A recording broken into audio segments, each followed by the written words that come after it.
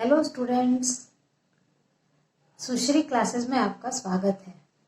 आज हम class 12th के व्यवसाय अध्ययन का 3rd चैप्टर व्यावसायिक परिवेश या वातावरण का अगला टॉपिक देखेंगे।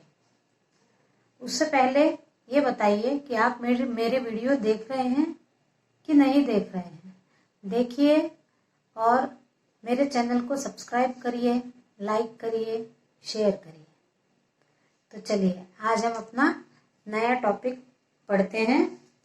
तो आज का हमारा टॉपिक है व्यावसायिक वातावरण के आयाम या तत्व या घटक, डायमेंशंस, एलिमेंट्स और फैक्टर्स ऑफ बिजनेस एनवायरनमेंट। अब हमको ये देखना है कि व्यावसायिक वातावरण के कितने तत्व या घटक या आयाम हैं। तो यहाँ पर हम देख रहे हैं, इस चार्ट बना हुआ है, इसमें हमको 5 तत्व दिखाई दे रहे हैं व्यावसायिक वातावरण के, जिसमें है पहला आर्थिक वातावरण, दूसरा सामाजिक वातावरण, तीसरा राजनीतिक वातावरण, चौथा तकनीकी वातावरण और 5वां विधिक नियामक वातावरण। इन 5 वातावरणों का हम अब डिटेल में समझेंगे उनको। तो आर्थिक वातावरण,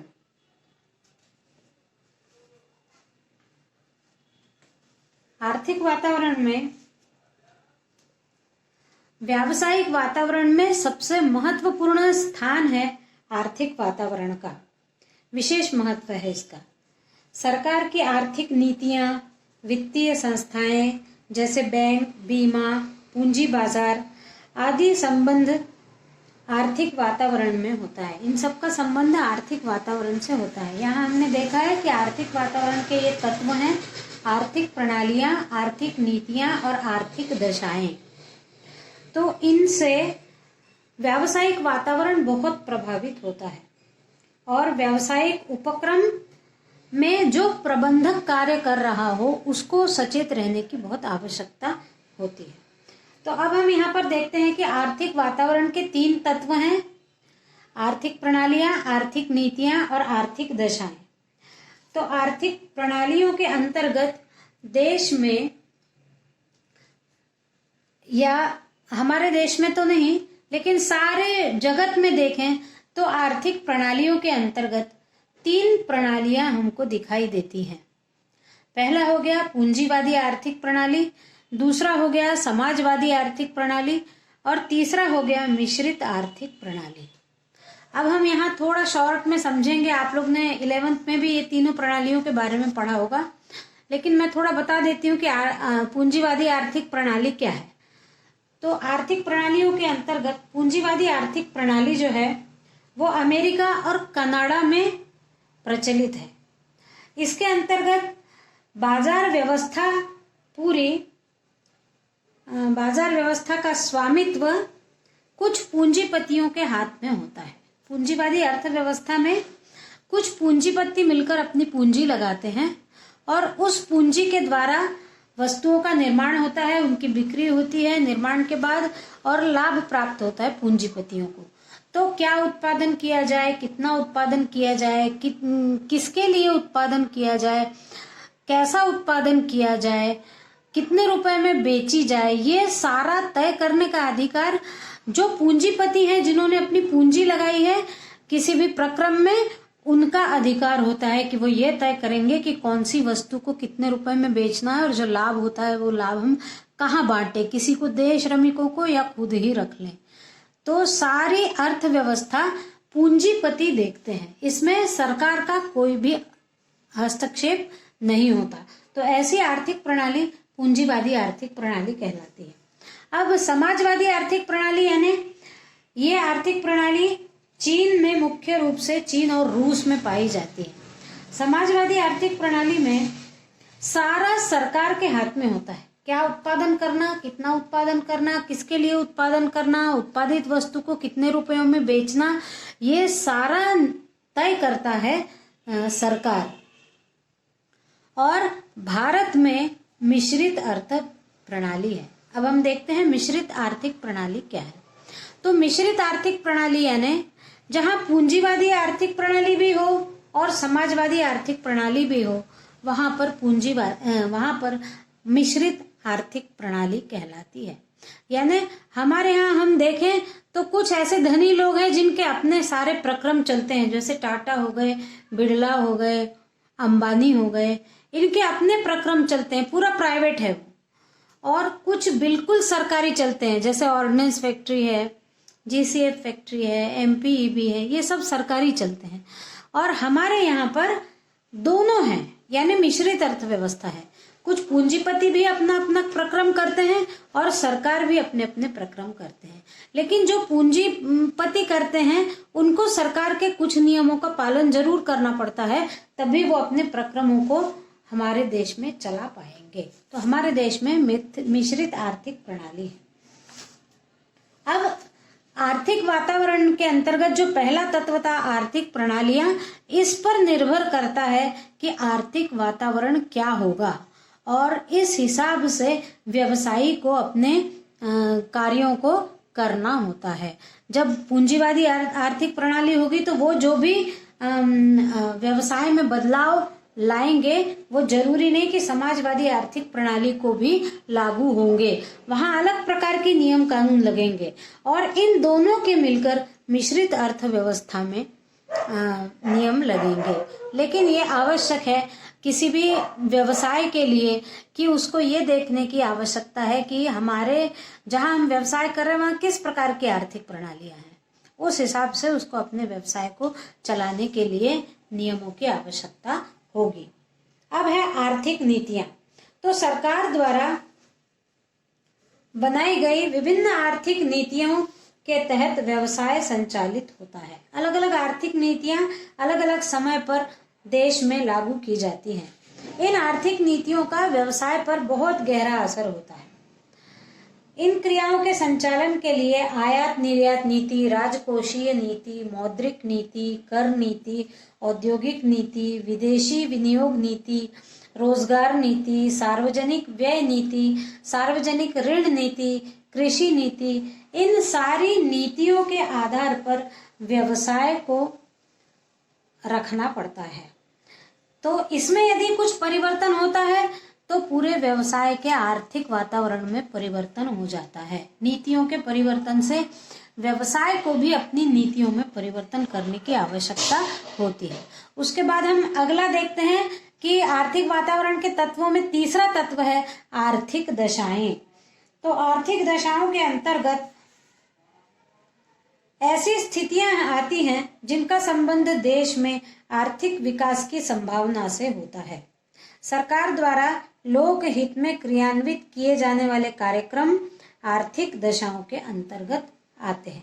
आर्थिक दशाओं में अर्थव्यवस्था की प्रकृति, अर्थव्यवस्था कैसी है ये आएगा, विदेशी व्यापार कैसा है ये आएगा, उसके बाद आर्थिक संसाधन, विदेशी पूंजी, राष्ट्रीय आय और इसका वितरण, सामान्य मूल्य स्तर, आर्थिक विकास का स्तर, ब्याज की दर, उद्योग की प्रकृति, प्राकृतिक संसाधनों की पूर्ति, उत्पादन की लागत, औद्योगिक विकास, पूंजी बाजार, उद्यम वृत्ति एवं नवाचार। ये जो आर्थिक दशाएं हैं, ये आर्थिक दशाएं सरकार समय समय पर इन नई नई दशाओं को लागू करती है और उन दशाओं से व्यवसाय में लाभ या हानि होती रहती है। तो इन दशाओं को देखते हुए भी एक व्यवसायी को अपने व्यवसाय में परिवर्तन करने की आवश्यकता होती है। अब हम देखते हैं व्यावसायिक वातावरण के आयाम में दूसरा है सामाजिक वातावरण। व्यवसाय का जन्म विकास समाज से ही होता है। जब समाज है इसलिए व्यवसाय है, क्योंकि व्यवसाय में जब कोई वस्तुएं बनती हैं तो उनको समाज के लोग ही खरीदते हैं। तो समाज है इसलिए व्यवसाय है। इसलिए जो विभिन्न व्यवसाय हैं वो समाज के भी कारण व्यवसायों में परिवर्तन होता रहता है। सामाजिक वातावरण के अंतर्गत रीति रिवाज, फैशन, परंपराएं, संयुक्त परिवार प्रथा, जीवन स्तर, बाल विवाह प्रथा, व्यवसाय में समाज की अपेक्षाएं, शिक्षा का स्तर, जनसंख्या, जीवन में आकांक्षाएं, ये सारा सम्मिलित होता है। और यदि कि इसके ये सभी घटक किसी न किसी रूप में व्यवसाय को प्रभावित करते हैं। अब एक छोटा सा उदाहरण देख लें कि यदि रीति रिवाज और परंपराएं देखी जाए तो यदि दिवाली आती है तो दिवालियों में इस खुशी के अवसर पर सबसे ज्यादा वस्त्रों का विक्रय होगा, मिठाइयों का विक्रय होगा, पटाखों का विक्रय होगा। और यदि इसका लाभ कोई व्यवसायी न उठाए तो वो किस व्यवसाय करने योग्य न रहेगा। आप लोग देखते हो जब भी हमारे भारत देश में कोई भी त्योहार आता है तो उस त्योहार के पहले बाजार की रंगत ही बदल जाती है। उस त्योहार में लगने वाले बहुत सारे सामान बाजार में आ जाते हैं। लोग ज्यादा से ज्यादा खरीदारी करने लगते हैं और अपने धार्मिक रीति रिवाज या सामाजिक रीति रिवाजों का वहन करते हैं। तो ये सारा भी सामाजिक वातावरण भी प्रभावित करता है कि किस प्रकार व्यवसाय को चलाया जाए। फिर है अगला राजनीतिक वातावरण। तो राजनीतिक वातावरण भी पूरे व्यवसाय को प्रभावित करता है। राजनीति में अलग अलग दल होते हैं। हमारे देश में भी अलग अलग दल हैं, भारतीय जनता पार्टी, कांग्रेस पार्टी, है ना। इनके कारण ये दलों की प्रत्येक व्यवसाय के लिए भी विचारधारा अलग अलग होती है। तो कौन सा दल सत्तारूढ़ दल है इस बात पर भी निर्भर करता है कि विकास के लिए व्यवसाय के कौन सी नियमों को निश्चित किया जाएगा। यदि राजनीतिक स्थिरता बहुत दीर्घ काल तक हो तो व्यवसायों का लाभ भी दीर्घ काल तक बना होता है। लेकिन यदि राजनीतिक वातावरण अस्थिर है, यानी एक सरकार बनी फिर एक साल बाद वो गिर गई, फिर दोबारा सरकार बनी, तो ऐसे में व्यवसायियों का बहुत नुकसान होता है। क्योंकि प्रत्येक राजनीतिक दल के अपने अपने विचार होते हैं व्यवसायों के हिसाब से, और जब वो सत्तारूढ़ हो जाते हैं तब वो अपनी नीतियों को लागू करते हैं। अब बार बार नीतियों के बदलने से व्यवसायियों को भी कभी कभी बहुत नुकसान होता है, कभी कभी फायदा भी होता है। फिर अगला है तकनीकी वातावरण। अब तकनीकी वातावरण यानी एक उद्योगी है तो उसको ये बहुत आवश्यक है कि जैसे जैसे नई नई तकनीकों का विकास होता जाए वैसे वैसे अपने व्यवसाय में भी वो नई नई तकनीकों को लगाकर व्यवसाय करे, नहीं तो वो इस व्यवसाय के प्रतिस्पर्धा में पीछे रह जाएगा। तो उसको यदि अनुकूलतम व्यवसाय करना है तो उसको आवश्यक है कि वो तकनीकी विकास के साथ चले, और नहीं तो किसी भी कंपनी का जीवित रहना ही कठिन हो जाएगा। फिर अगला है विधिक नियामक वातावरण। इस विधिक नियामक, विधिक यानी विधि यानी कानून के हिसाब से कानून ने जो नियम बनाए हैं, विधिक नियामक यानी विधि में बने हुए नियमों के अनुसार वातावरण। तो इसके अंतर्गत सरकार ने कुछ अधिनियम बनाए हैं। इन अधिनियमों को मैंने ये 10 अधिनियम यहाँ बताए हैं।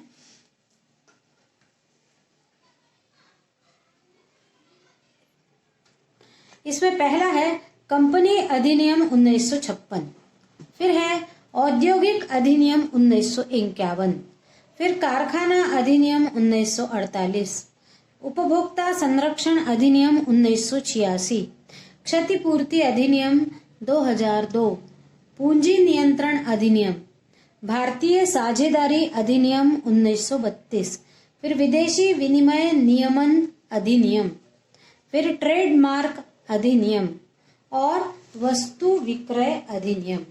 ये 10 अधिनियम यहाँ बताए गए हैं जिनके माध्यम से इन अधिनियमों में बताई गई बातों को मानते हुए व्यवसायियों को अपने व्यवसाय को करने की आवश्यकता होती है। और ये भी एक वातावरण निर्माण करते हैं कि व्यवसायों का वातावरण किस प्रकार का होना चाहिए।